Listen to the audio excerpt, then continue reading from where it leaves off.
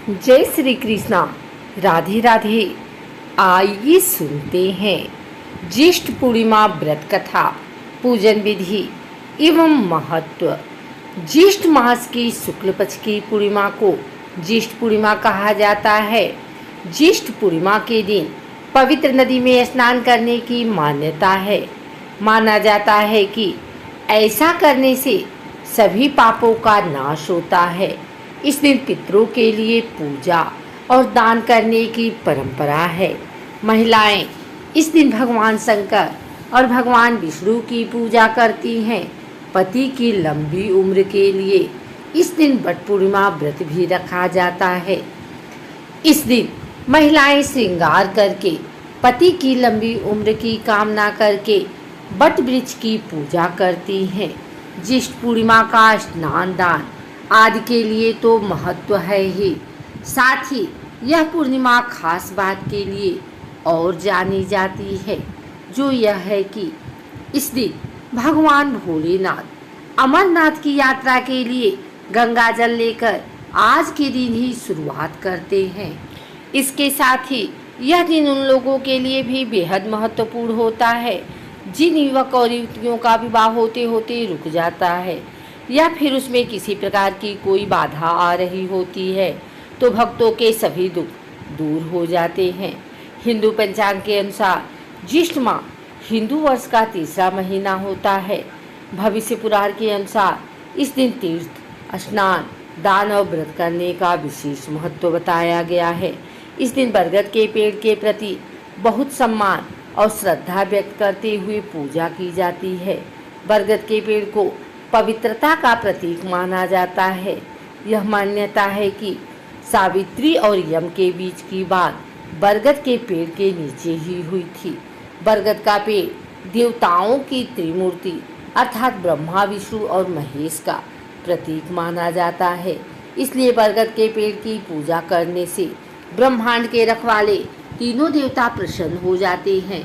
यह माना जाता है कि यदि ज्येष्ठ पूर्णिमा व्रत पूजा का सही तरीके से किया जाए तो एक विवाहित महिला के शारीरिक और मानसिक कल्याण में बहुत खुशियाँ आती है। ज्येष्ठ पूर्णिमा के दिन सुबह जल्दी उठकर स्नान आदि से निवृत्त होकर साफ वस्त्र धारण किए जाते हैं। इसके बाद 2 बांस की टोकरियाँ ली जाती हैं।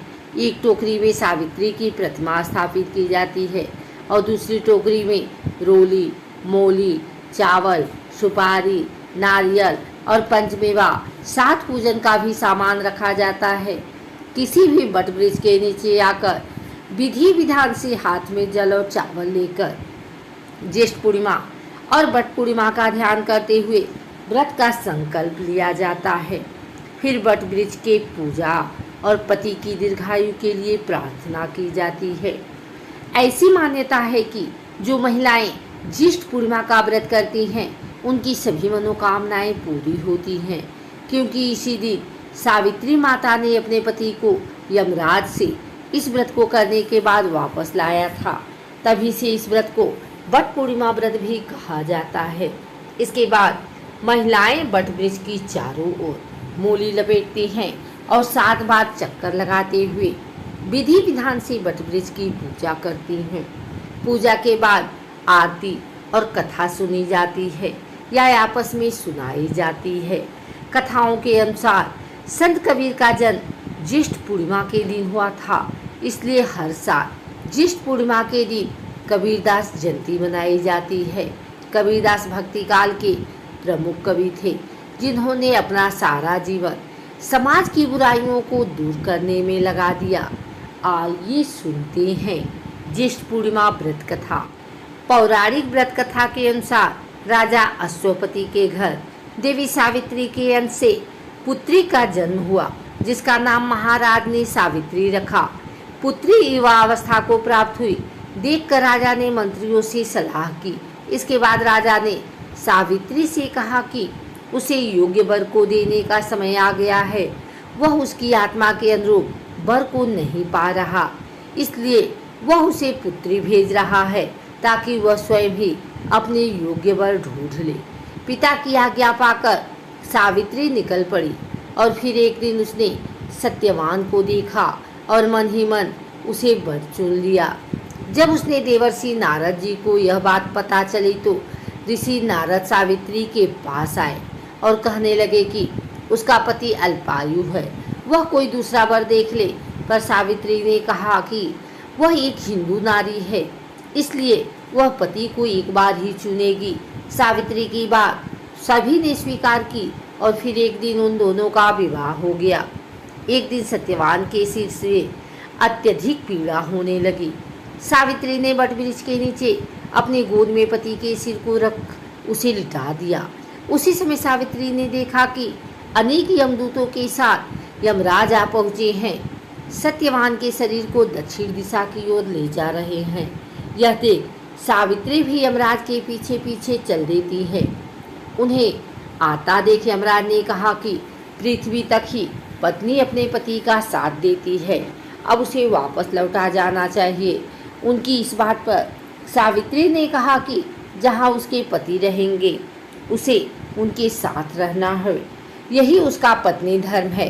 सावित्री के मुख से यह उत्तर सुनकर यमराज बहुत खुश हुए।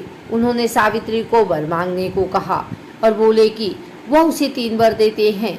वह कौन कौन से 3 वर हासिल करना चाहती है। तब सावित्री ने सास ससुर के लिए नेत्र ज्योति मांगी, ससुर का खोया हुआ राज्य वापस लाना और अपने पति सत्यवान के पुत्रों की मां बनने का वर मांगा। सावित्री के यह तीनों वरदान सुनने के बाद यमराज ने उसे आशीर्वाद दिया और कहा कि ऐसा ही होगा। सावित्री ने अपनी बुद्धिमता से यमराज को उलझा लिया। पति के बिना पुत्रवती होना जितना संभव था उतना ही यमराज का अपने वचन से मुख फेरना। अंततः उन्हें सत्यवान के प्राण वापस करने पड़े। सावित्री उसी वटवृक्ष के पास लौट आई जहाँ सत्यवान मृत पड़ा था। सत्यवान के मृत शरीर में फिर से संचार हुआ। इस प्रकार सावित्री ने अपने पतिव्रता व्रत के प्रभाव से न केवल अपने पति को उन्हें जीवित कराया बल्कि सास ससुर को नेत्र ज्योत प्रदान करते हुए उनके ससुर का खोया राज्य फिर दिलवाया।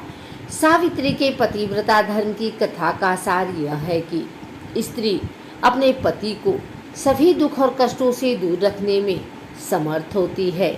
जिस प्रकार पतिव्रता धर्म के बल से ही सावित्री ने अपने पति सत्यवान को यमराज के बंधन से छुड़ा लिया था, इतना ही नहीं खोया हुआ राज्य तथा अंधे सास ससुर की नेत्र ज्योति भी वापस दिला दी थी। कथा की समाप्ति के उपरांत अपने पति को रोली और अक्षत लगाकर चरण स्पर्श किए जाते हैं। इसके बाद प्रसाद वितरण किया जाता है। वट वृक्ष का पूजन अर्चन और ज्येष्ठ पूर्णिमा व्रत करने से सौभाग्यवती महिलाओं की सभी मनोकामना पूर्ण होती है और उनका सौभाग्य अखंड रहता है।